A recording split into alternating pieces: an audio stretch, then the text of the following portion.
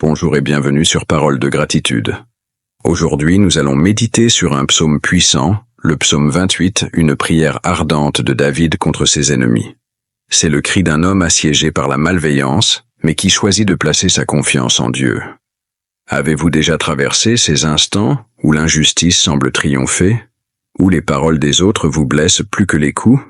David nous apprend dans ce psaume à remettre nos combats entre les mains de Dieu et à découvrir comment la foi devient notre bouclier.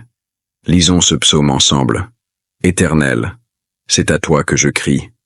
Mon rocher, ne sois pas sourd envers moi, de peur que je ne devienne semblable à ceux qui descendent dans la fosse. Écoute la voix de mes supplications, quand je crie à toi, quand j'élève mes mains vers ton sanctuaire. Ne m'entraîne pas avec les méchants et les hommes iniques, qui parlent de paix à leurs prochains, mais qui ont la malice dans leur cœur. Rende-leur selon leurs œuvres, selon la malice de leurs actions. Rende-leur selon l'ouvrage de leurs mains. Donne-leur le salaire qu'ils méritent. Car ils ne sont pas attentifs aux œuvres de l'Éternel, aux ouvrages de ses mains. Il les renversera et ne les relèvera pas. Béni soit l'Éternel, car il exauce la voix de mes supplications. L'Éternel est ma force et mon bouclier. En lui mon cœur se confie, et je suis secouru. Mon cœur est dans l'allégresse, et je le loue par mes chants. L'Éternel est la force de son peuple. Il est le rempart et le salut de son oint. Sauve ton peuple et bénis ton héritage. Sois leur berger et leur soutien à jamais. Restez avec moi jusqu'à la fin. Ce psaume pourrait bien transformer votre façon d'affronter l'adversité. Que nous disent les versets 1 à 2? Qui n'a jamais prié en ayant l'impression que Dieu n'entend pas? Ces versets nous rappellent que Dieu nous entend, même quand nous croyons être oubliés. Quand Dieu semble se taire, David exprime une angoisse profonde. Il compare le silence de Dieu à la mort. Dans les commentaires, écrivez un mot qui exprime votre ressenti face au silence de Dieu. Espoir, persévérance, confiance.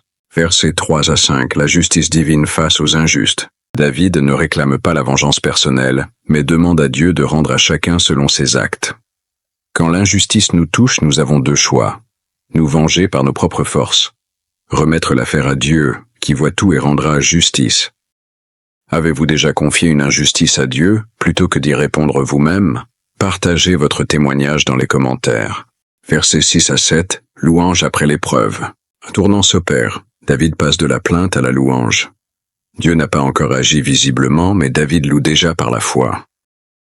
Quel est l'enseignement spirituel de ce psaume? La véritable foi célèbre la victoire avant de la voir. Louons Dieu même quand tout semble bloqué, car il agit dans l'invisible. Commencez chaque journée en remerciant Dieu pour une délivrance que vous n'avez pas encore vue. Versets 8 à 9. Bénir tout le peuple. David termine sa prière en élargissant son regard. Il ne prie plus seulement pour lui, mais pour tout le peuple. Invitation pour nous. Nos prières doivent dépasser nos besoins personnels. Pensons à intercéder pour notre famille, nos proches, notre pays. Dans les commentaires, écrivez une prière pour une personne qui traverse une épreuve. Quelles sont les leçons à retenir de cette prière? D'abord, Dieu entend notre détresse, même dans le silence. Confions-lui nos injustices. Il est le seul vrai juge. Louer Dieu avant de voir la délivrance, c'est la preuve d'une foi forte. Nos prières ont plus de force lorsqu'elles s'ouvrent aux autres. Question pour vous. Quel verset de ce psaume a résonné le plus dans votre cœur? Partagez-le en commentaire. Soutenez notre chaîne, Parole de gratitude. Cliquez sur le pouce pour marquer votre appréciation. Abonnez-vous pour recevoir nos prochaines méditations. Partagez cette vidéo autour de vous. Que la paix et la justice divine vous accompagnent.